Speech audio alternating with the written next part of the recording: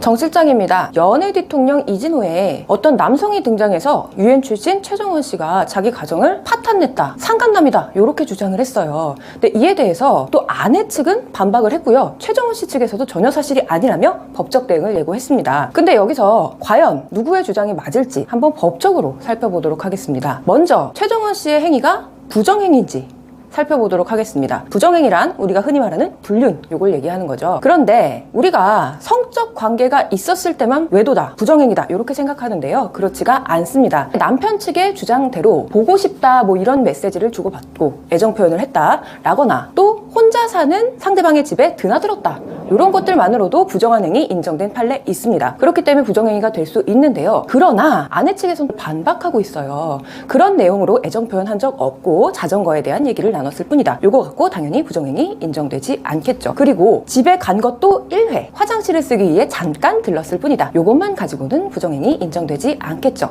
제가 사실관계는 정확하게 누구 말이 맞는지 알 수 없어서 정확한 판단은 어렵습니다. 두 번째, 폭로한 남편은 명예훼손으로 처벌이 될 수 있을까요? 사실 이 둘의 불륜이 사실이냐 아니냐를 막론하고 남편이 처벌이 될 수는 있어요. 왜냐하면 불륜 사실을 폭로한 것 허위사실적시 명예훼손도 될 수 있지만 사실적시 명예훼손도 될 수 있습니다. 실제로 배우자가 본인이 억울해서 이 사실을 주위에 알렸을 때 명예훼손으로 처벌된 사례가 적지 않습니다. 그렇기 때문에 사실적시 명예훼손으로는 처벌될 수 있고, 그럼에도 불구하고 최정원 씨가 연예인이기 때문에 연예인에 대해서는 어느 정도 그 사생활의 자유가 제한되기도 하고요. 공중의 관심이 높은 사안에 대해서 날 권리를 충족하기 위해서, 공익을 위해서 이런 폭로를 했다라고 주장한다면 처벌이 안 될 가능성도 있습니다. 다만 이 경우에도 불륜 사실 자체가 허위 사실이었다면 그때는 처벌이 될 수 있습니다. 그리고 세 번째, 협박 부분인데요. 최정원 씨가 또 주장하기를 아니다, 나는 그 남편으로부터 오히려 협박을 당했다, 이렇게 주장을 했습니다. 이 협박을 어떻게 했는지, 무슨 말을 했는지 저는 알 수가 없어요. 그러나 우리가 예상해 볼 수 있는 내용은 불륜 사실을 폭로하겠다, 너의 연예인 인생을 끝나게 만들어 주겠다, 뭐 이런 얘기를 했을 수가 있겠죠. 만약에 이런 얘기를 했다면 협박죄 충분히 성립합니다. 그런데 여기에 대해서 또 남편이 반박을 하고 나섰어요. 나는 손해배상 청구를 했을 뿐이지 돈 요구하면서 협박한 적 없다, 이렇게 얘기했거든요. 만약에 손해배상 소송을 청구하겠다라는 통보, 요거는 협박이 되기가 어렵습니다. 왜냐하면 실제로 불륜이 사실이고 이에 대해 손해배상을 청구한 것이라면 이 행위는 정당행위, 사회상규에 어긋나지 않는 내 정당한 권리를 찾기 위한 통보에 불과하다. 그렇기 때문에 협박죄로 처벌할 수 없습니다. 그래서 결론적으로 보면 이 두 사람의 불륜이 사실이냐 아니냐에 따라서 부정행위가 되느냐, 그리고 명예훼손 처벌할 수 있느냐,